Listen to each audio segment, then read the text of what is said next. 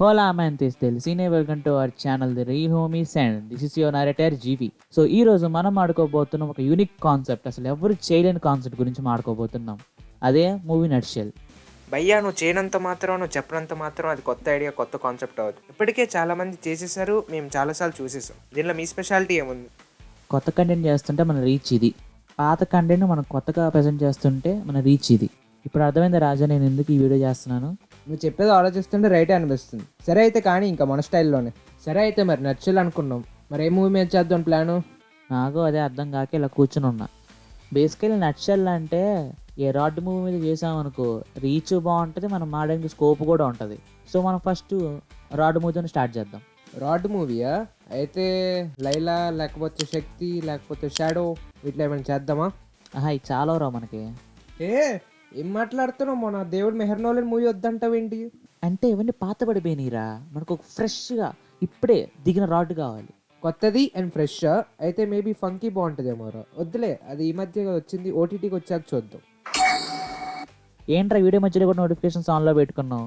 అంటే మన హాట్స్టార్ వాడు రాజ్సాబ్ తీసుకున్నప్పటి నుంచి దొబ్బేస్తుంది నోటిఫికేషన్స్. అవును రాజా సాబ్ కదా, ఆ సినిమాలో అలా మర్చిపోయానురా నేను. దాంతో స్టార్ట్ చేద్దాం. ఇక సినిమా స్టార్ట్ అయ్యే ముందు స్మోకింగ్ డిస్క్లైమర్ ఎంత ముఖ్యం, ఈ వీడియో కూడా ఈ డిస్క్లైమర్ చాలా ముఖ్యం. అంటే చిన్న మాటగా ఫీల్ అయిపోయే వాళ్ళని అండ్ స్మోకింగ్ చేసే వాళ్ళకి ఇది ముఖ్యం. మళ్ళీ జాగ్రత్తలకు అవసరం లేదు. ఈ వీడియోలో మేము ఆడే జస్ట్ క్యారెక్టర్స్ గురించి మాత్రమే and fun purpose only. So ఎటువంటి యాక్టర్స్ ఆర్ యాక్టర్స్ని ఉద్దేశించి కాదు. సో మనం కూడా లేట్గా చిల్ అయిపోయి లేట్గా చూసేద్దాం, ఈ సినిమా కూడా లైట్గా తీసుకున్నాం, వేరే విషయం. సో అలానే అన్ని లైట్గా ఉన్నప్పుడు కింద సబ్స్క్రైబ్ బటన్ కూడా లైట్గానే ఉంటుంది. సో దాని మీద నొక్కి వెయిట్ పెట్టేసేయండి, బాగుంటుంది, నిజంగా చాలా బాగుంటుంది. మన హోమీస్ వీడియోని లైక్ తీసుకుని వెళ్ళిపోయే ముందు వీడియో స్టార్ట్ చేయరా? బాబు రెడీ బాబు, హాట్ కెమెరా యాక్షన్.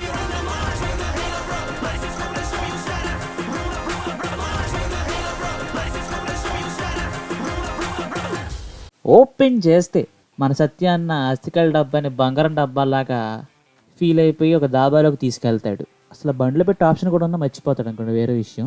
అంటే సినిమాలో అందరికి ఐక్యూ ఎక్కువ కదా, సో అందుకని ఇంత ఇంటెలిజెంట్గా బిహేవ్ చేస్తూ ఉంటారు. అండ్ ఇక్కడ మనకి తెలిసేది ఏంటంటే ఈ సత్య అనేవాడు వార్డు బాయే కాదు, ఒక దొంగ బాయ్ కూడా. ఆ చచ్చిపోయిన 500 నోటు అండ్ ఇంకొన్ని వస్తువులు అయితే లేపేసాడని తెలుసుద్ది. ఆ నోటు తీసుకుని సైలెంట్గా ఉండకుండా గాల్లో అండ్ అంత గాల్లో ఊపుతూనే ఉంటాడు, లోపల పెట్టుకోకుండా. చెప్పాగా ఐక్యూ ఎక్కువ అని. సో అంత ఓవర్ చేస్తున్నాడు కాబట్టి ప్రకృతి అండ్ ఆత్మ కలిసి తన దగ్గర ఉన్న 500 నోటు అలా గాల్లోకి షికారు తీసుకుపోతాయి. అండ్ అదేదో మన సత్య అన్న సినీ నెంబర్ ఉన్నట్టు తన వెనకాల పరిగెత్తి పరిగెత్తి పరిగెత్తి పరిగెత్తి ఒక పెరుమర్ రాజు కోర్టుకైతే చేరుతాడు. అండ్ మధ్యలో మ్యాన్వర్సెస్ ఫైల్ క్యామియో కూడా ఇస్తారు అనుకోండి. అండ్ అలా అనుకోకుండా కోర్టు లోపలికి వెళ్ళిపోతాడు. అండ్ ఎందుకు వెళ్ళాడు అని అడిగితే మాత్రం నాకు తెలియదు, డైరెక్టర్ చెప్పాడని నాతో. సో అలాగా కోర్టు లోపలికి వెళ్ళిపోతాడు. అండ్ అలా భయపడుతూ ఉండగా ఒక పియానో శబ్దం వినపడుతుంది. ఎక్కడ సమ్మెకి తన కోసం పాట పాడుతుందేమో అని చెప్పి అలా ముందుకు వెళ్తూ ఉంటాడు. అండ్ అలా వెళ్తుండగా వెనకాల నుంచి కసా కసా అని శబ్దం వస్తుంది. ఇక్కడ చచ్చిపోయాడు అనుకుంటున్నారా? కానీ చావలేదని మీకు తెలుసు, నాకు తెలుసు, ఓం రావుత్కి కూడా తెలుసు. సో ఇంకా క్యారెక్టర్ మాయమైపోతుంది and Sydney Sweeney phone number కూడా మాయమైపోతుంది. కట్ చేస్తే ఫార్మల్స్ వేసుకున్న పోకిరిగాళ్ళు అమ్మాయిని ఏడిపిస్తూ ఉంటాడు. ఇప్పుడు మీ అందరు అనుకున్నట్టే హీరో ఎంట్రీ ఉంటుంది. ఒక పాన్ ఇండియా స్టార్ని ఇంత వర్స్ట్గా చూపించని మన మారుతి చూపించాడు మనకి. ఇప్పుడు అమ్మాయిని కాపాడేసాడు. భయ 1 సెకండ్, జస్ట్ ఒకరిని కొట్టాడు, ఇంకా చాలా మంది పోకిరిగాళ్ళు ఉన్నారు. జస్ట్ ఒకసారి కొట్టంగానే అమ్మాయిని కాపాడిసినట్టేనా? యాక్చువల్లీ అక్కడ కొట్టేశాడు. జస్ట్ మీరు అందరూ మారుతి ఇల్యూజన్లో ఉన్నారు, అందుకు మీకు కొట్టినట్టు కనిపించలేదు. కానీ యాక్చువల్లీ కొట్టేశాడు. అండ్ ఇప్పుడు కాపాడిన సంతోషంలో ఒక సాంగ్ వేసుకుంటాడు. గెలికి చూడు తమ్ముడు నన్నలా, నిన్ను నరకకుంటే అడుగు నడి గల్లిలా, గడిగేదేది లేదు రొల్లిలా, చూడు గ్యాంగ్ ఎంత షాక్ ఉందో గల్లిలా.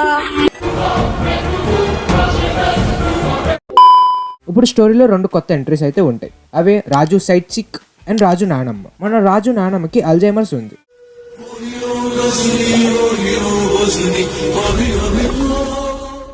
అండ్ జాతరలో తప్పిపోయిన తన హస్బెండ్ని వెతడానికి ట్రై చేస్తూ ఉంటారు వీళ్ళు ముగ్గురు. అలా ఒకరోజు 1960 జాతరలో తప్పిపోయిన తాత ఒక ఫోటోలో ఫోజ్ ఇస్తూ దొరికిపోయాడు. సో సమ్మక్క సారలమ్మ జాతరలో తప్పిపోయిన తాత ఎలా తప్పిపోయాడో తెలుసుకోవడానికి హైదరాబాద్లో ఉన్న పోలీస్కి ఫోన్ చేశాడు. ఇలా కాల్ మాట్లాడుతున్నప్పుడు రాజు మీద పక్కన వాళ్ళ పాడుకలు పడుతున్నాయని తన సైడ్ చిక్ రాజుని కవర్ చేస్తూ ఉంటుంది. అప్పుడు రాజు ఏమంటాడంటే, అమ్మ బంగారు తల్లి, నువ్వు కవర్ చేయాల్సింది నన్ను కాదు 5 లక్షలని. సైడ్ చిక్ 5 లక్షల్ని కవర్ చేసి రాజుకైతే ఇస్తుంది. సో దాని తర్వాత ఒక చిన్న నవరాని కామెడీ చేసేసి హైదరాబాద్కి అయితే వచ్చేస్తాడు మన రాజు. తీసి బీర్ బాటిల్ మీద లేబుల్ అంటించేస్తాను. సో రాజు అలా హైదరాబాద్లోకి దిగి అలా ఆటోలో వెళ్తూ ఉంటాడు. అండ్ ఆటో డ్రైవర్ కూడా దీనికి ఫ్రెండే అని అంటారు. మరి సినిమాలో అంటే క్లారిటీ ఉండదు కదా సినిమా అంటే.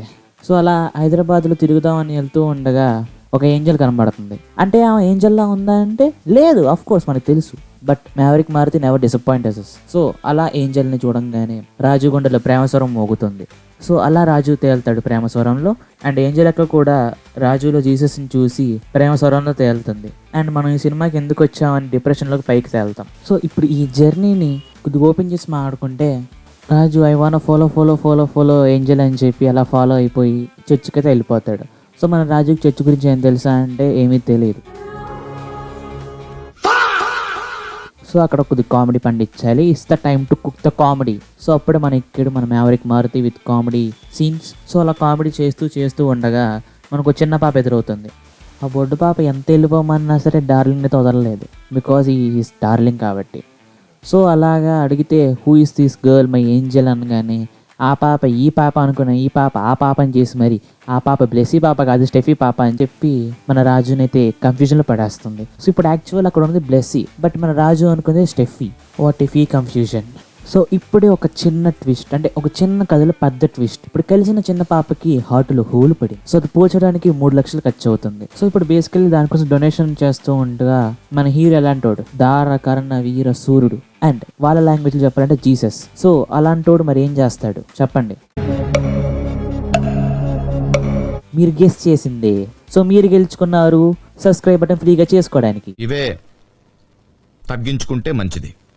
సో ఇంకెందుకు లేటు, సబ్స్క్రైబ్ చేసి పెట్టేసేయండి. సో ఇప్పుడు మన కథలోకి వచ్చేస్తే సో ఇప్పుడు సైడ్ సీక్ నుంచి లేపేసిన 5 లక్షల్లో 3 లక్షలు డొనేషన్ ఇచ్చేస్తాడు. అండ్ ఇప్పుడు మన బ్లెస్సీ అండ్ స్టెఫీ ఏమో మాట్లాడుకుంటూ ఉంటారు మన కలియుగ జీసస్ గురించి, అదే మన రాజు గురించి. ఏం మాట్లాడుకుంటున్నారంటే హౌ ఈ డొనేటెడ్ 3 lakhs, ఈ must be crazy and it goes be the God అని అనుకుంటారు. ఒకవేళ కనుక రేపు నాకు రాజు కనిపిస్తే తన జీవితంలో నేను వెలుగవుతా అని చెప్పుద్ది బ్లెస్సీ. మేము ముందు ఇంట్లో ఉన్న వెలుగును ఆపేసి పడుకోమని. సో ఇప్పుడు మిగిలిన 2 లక్షలు తీసుకెళ్లి పోలీస్కి అయితే ఇచ్చేస్తూ ఉంటాడు. సో ఇచ్చే టైంలో ఒక ఫ్లాష్ బ్యాక్ తెలుస్తుంది మనకి. సో దీని వెనకాల ఉన్న స్టోరీ ఏంటి, అసలు తాత ఎలా తప్పిపోయాడు జాతరలో నుంచి అనే ఒక స్టోరీ తెలుసుకుంటాం మనం ఇప్పుడు. యాక్చువల్లీ మన జాతరలో తప్పిపోయిన తాత జాతరలో తప్పిపోలేదు, నిధి పెట్ట ఈ నిధి కాదు ఈ నిధి పెట్టని దొంగతనం చేస్తాడు రాజు, గంగరాజు. దాన్ని తేవడానికే వెళ్తాడు మన రాజు తాత, మన రాజు వాళ్ళ తాత. సో ఈ మొత్తం కథలో తేడా కొట్టింది ఎక్కడో తెలుసా మీకు, గంగరాజు ఎవరని చెప్పి. గంగరాజు ఎవడో కాదు, అక్కడ కూలోడు. మన క్లాసులకు సిఆర్ అలాగో ఆ రాజ్యానికి ఆడలాగా. నాకు తెలిసి ఆ నిధి పెట్ట కోసం వెళ్తున్నప్పుడు ఏదో ఒక జాతరలో తప్పే ఉంటారు తాత కన్ఫర్మ్. అండ్ ఆ తర్వాత ఉదయం మన డైనోసార్ డార్లింగ్లా ఎంట్రీ ఇస్తాడు. అండ్ తర్వాత మన రాజు అండ్ బ్లెస్సీ మధ్య ఒక క్యూట్ సీన్ అయితే జరుగుతుంది. అంటే అక్కడ క్యూట్నెస్ ఏం ఉండదు అనుకోండి, అది వేరే విషయం, బట్ మనం ఉందని అనుకోవాలి. అండ్ ఇప్పుడు ఈ సీన్లో ఏముంటుంది అంటే ఏముండదు, లిటరల్లీ ఏముండదు. అండ్ ఈ సీన్ జరుగుతున్నప్పుడు మనకి కొన్ని ఆణిముత్యాలు అయితే కనిపిస్తూ ఉంటాయి అండ్ వినిపిస్తూ ఉంటాయి. స్కేల్తో కొడితే దెబ్బ తగలక దీపిక తగులుతుందా? వా, ఇది కదా జోక్ అంటే, ఇది కదా కామెడీ అంటే. అర్జెంట్గా మన అనిల్ రావుపడికి చూపించాలి ఈ సీన్ అనేది. అది లోపల పెట్టండి చెప్తాను. ఈ సినిమాను కూడా ఎడిటింగ్ టేబుల్లో లోపల పెట్టాల్సింది. అండ్ ఈ సీన్లో ఓవరాల్గా ఏం జరిగిందని తెలుసుకోవాలంటే without any confusion, with confusion. హీరోకి హీరోయిన్ అక్కడే ఉందని హీరోకి తెలుసు, కానీ హీరోయిన్కి హీరో అక్కడే ఉన్నాడని హీరోయిన్కి తెలియదు. ఇప్పుడు హీరోకి తెలిసింది కాబట్టి అలా తెలిసి తెలియకుండా ఒక పాట.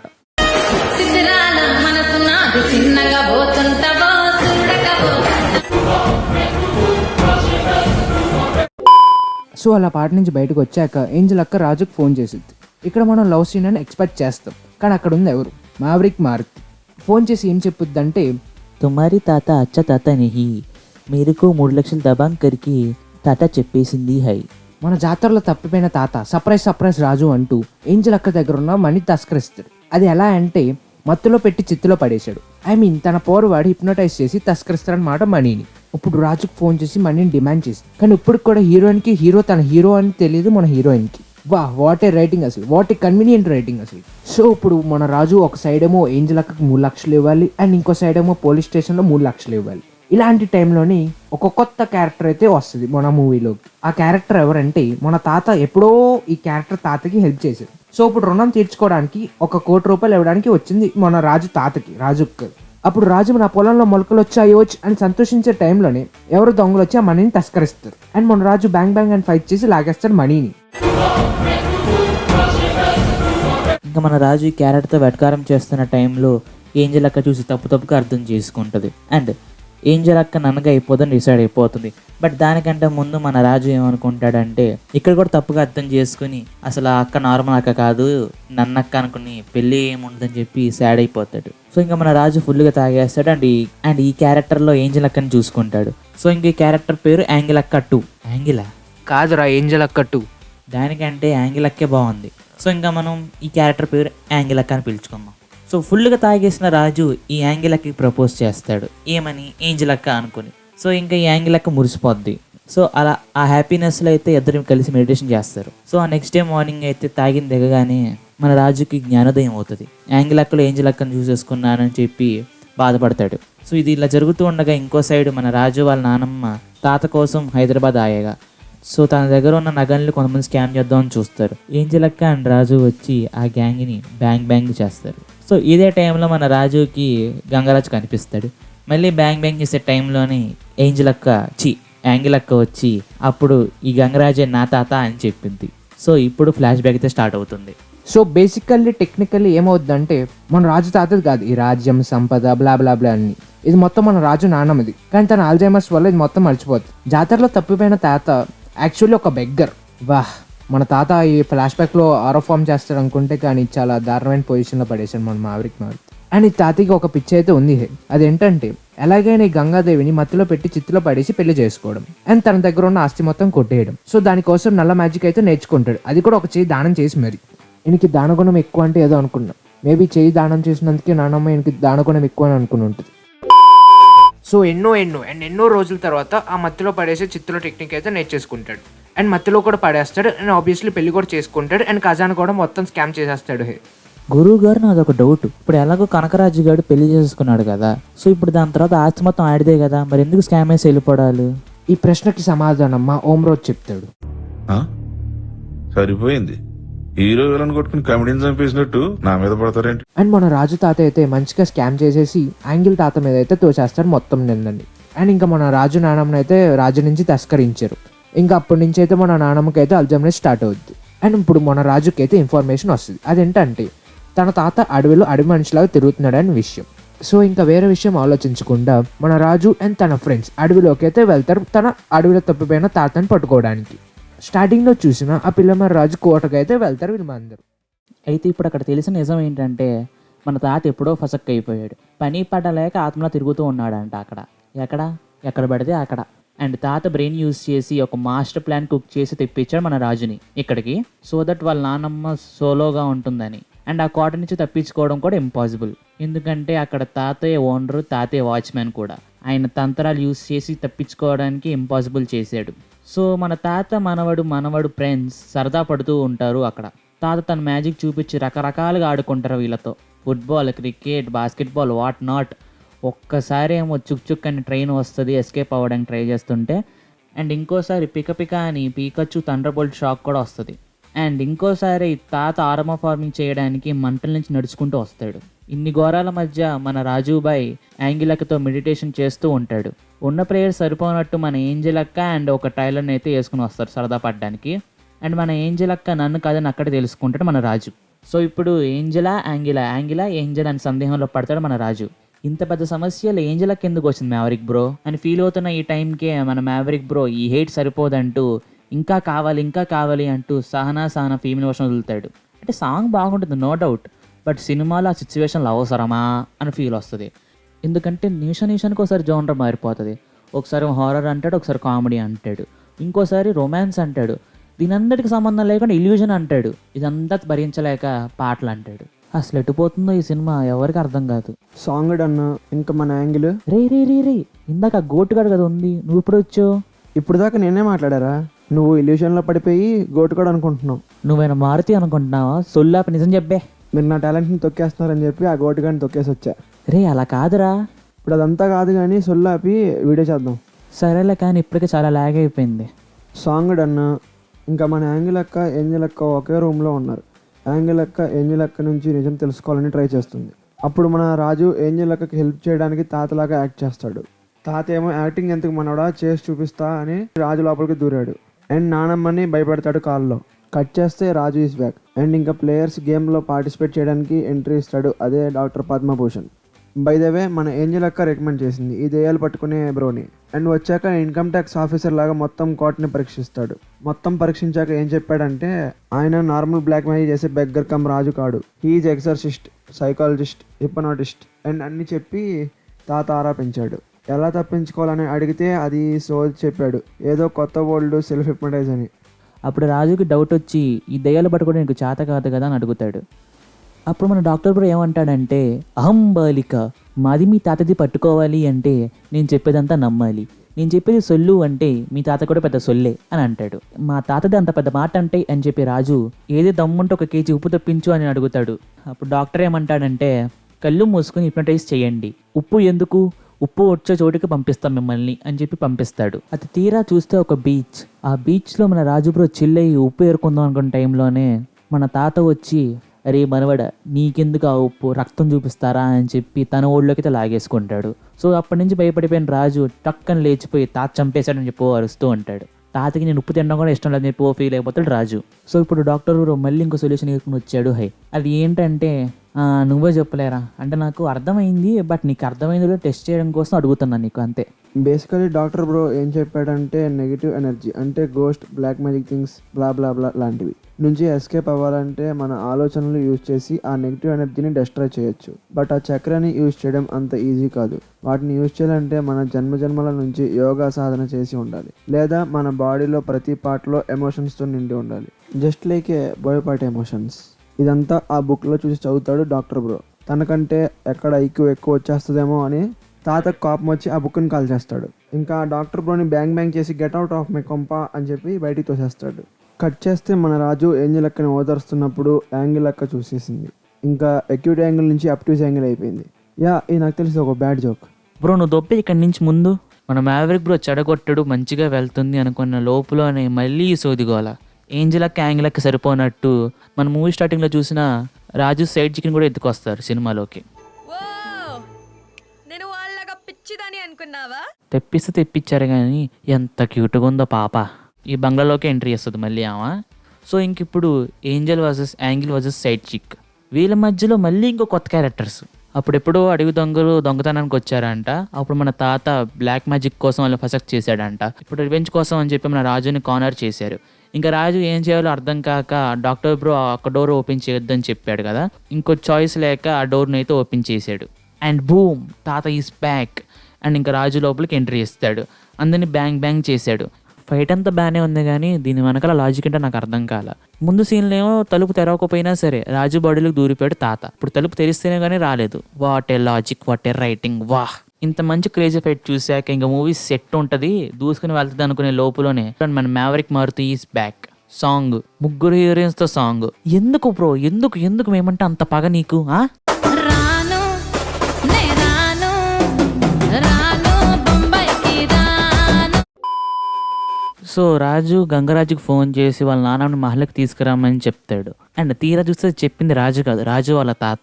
ఎవరికి చెప్పాడు? గంగరాజుకి చెప్పాడు. ఎవరి ప్లేస్లో ఉండి చెప్పాడు? రాజు ప్లేస్లో ఉండి చెప్పాడు. రాజు అబ్బా ఏం రాజులరా బాబు, మైండ్ పోతుంది.